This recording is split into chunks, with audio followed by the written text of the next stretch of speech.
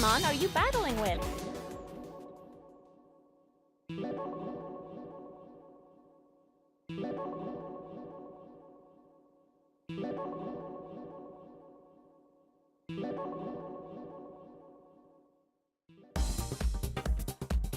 You're back again!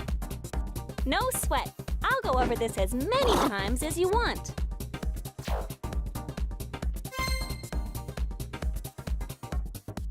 During duel phase, press down on the plus control pad to enter into a low stance. While in low stance, press the Y button to use a quick attack. Press the X button while in low stance to use an attack to knock down your opponent. Try to land an attack from low stance. It doesn't matter what kind.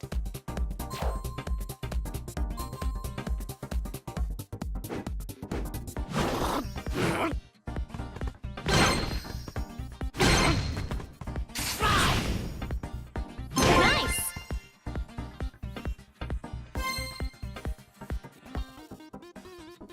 By pressing up on the plus control pad, your Pokémon will take a high stance. By pressing the Y button in a high stance, you can perform an intercepting attack on an airborne opponent. In a high stance, you can press the X button to use an attack that will parry low-to-the-ground attacks. Try to use an attack from a high stance.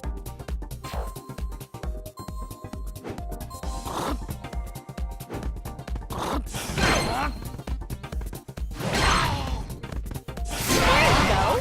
Now you're getting it!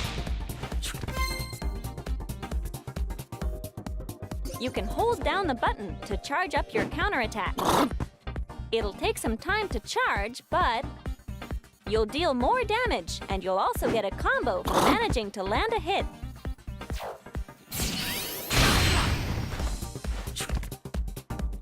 By charging up your counterattack, you can increase the amount of time you can ward off your opponent's attacks.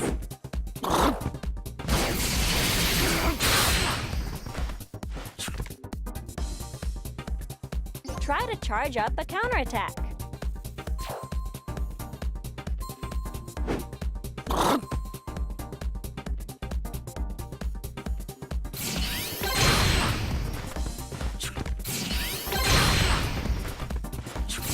Nicely done!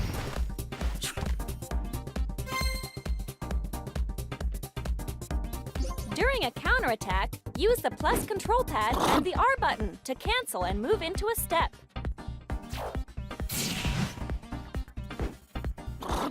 This is simply called a cancel. You can use counterattacks to deflect your opponent's attacks and then cancel.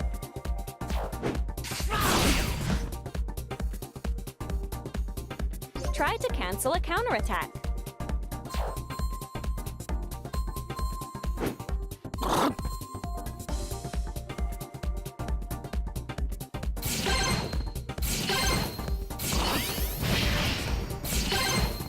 Nicely done!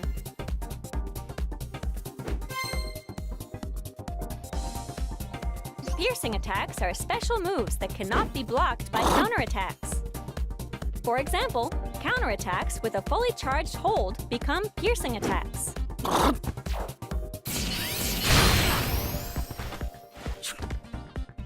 Your best bet with counterattacks is to take the initiative and get the first move in. In field phase, you can also hold the last hit of a homing attack to make it a piercing attack.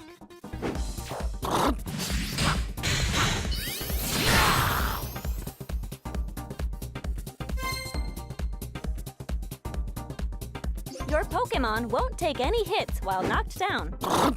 And it'll get back up on its own, too.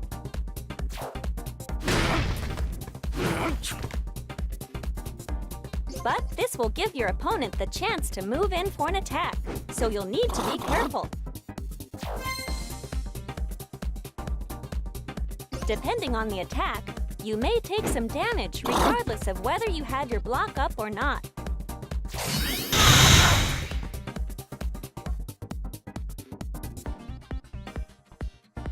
This is called block damage. But you'll never be KO'd by block damage. If you keep blocking against an attack, you'll notice that the block will start to turn red. If you don't release it, you'll eventually get hit with a guard break.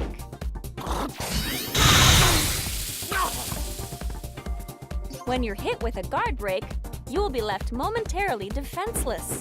How many attacks you can endure before getting hit with a guard break depends on the Pokémon.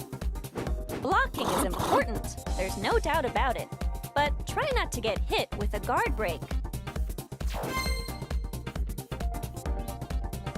While in Synergy Burst, you won't be stunned from taking a few small hits. So you can move in for the attack without worrying about your opponent's ranged attacks one bit.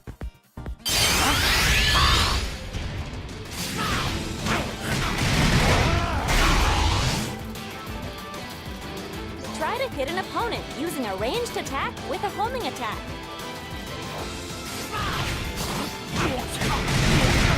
There you go! Now you're getting it!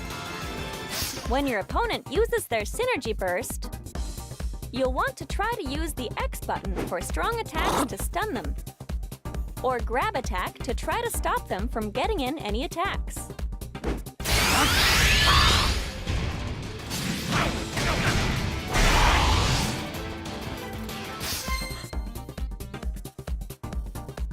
You can link up one attack with the next.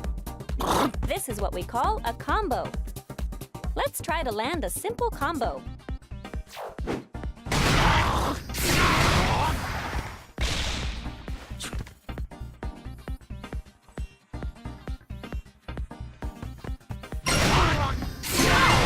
Nice work! You don't have to master high-level combos right away, but it might be fun to try things out once you get the hang of battling. I'm sure you've already noticed that battle Pokémon all have different amounts of HP, right? On top of that, how quickly the Synergy gauge fills up and how long a Synergy Burst lasts also differ from one Pokémon to the next.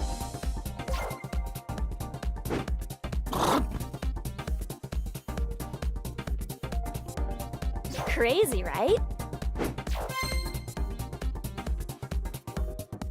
There are all sorts of different battle stages, and the battle arenas themselves vary slightly in shape and size.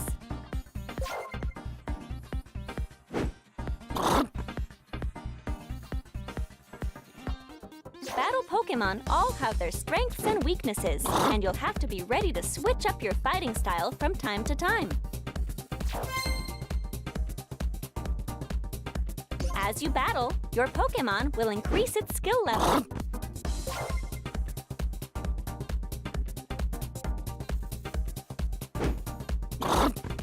As you increase your skill level, you can apply those skill points to whichever skills you'd like. As your skills level up, you'll get all sorts of useful advantages in battle. Remember, you can switch out your skill points from My Town whenever you want. Tutorial finished.